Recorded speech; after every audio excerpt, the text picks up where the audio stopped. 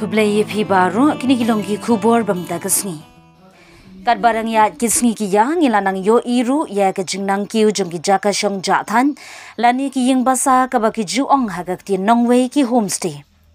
Ya kini ki ying ki babun hi la penyat hi de ki riu shimen bat kini kelalong ka wei na kilat kamai bat ai kam ai jam ya ki nong shong shnong ha ke jilla.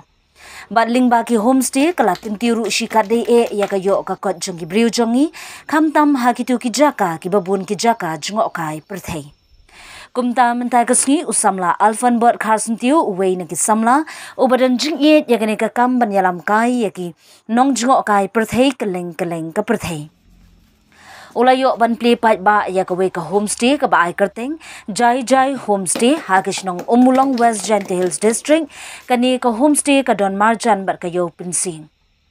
Kani ki yung basa kan sa ai ka jing shakri ya ki nong jngok kai perthei bar kumju ya ki briu ki balet bawan ban pendep ya ki kam jongki.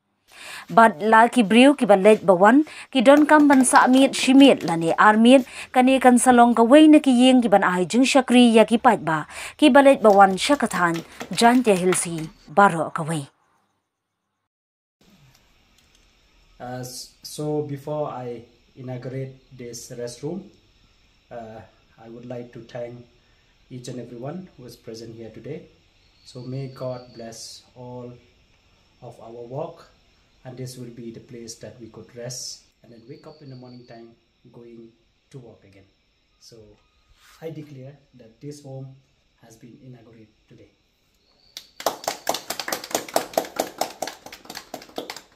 Thank you.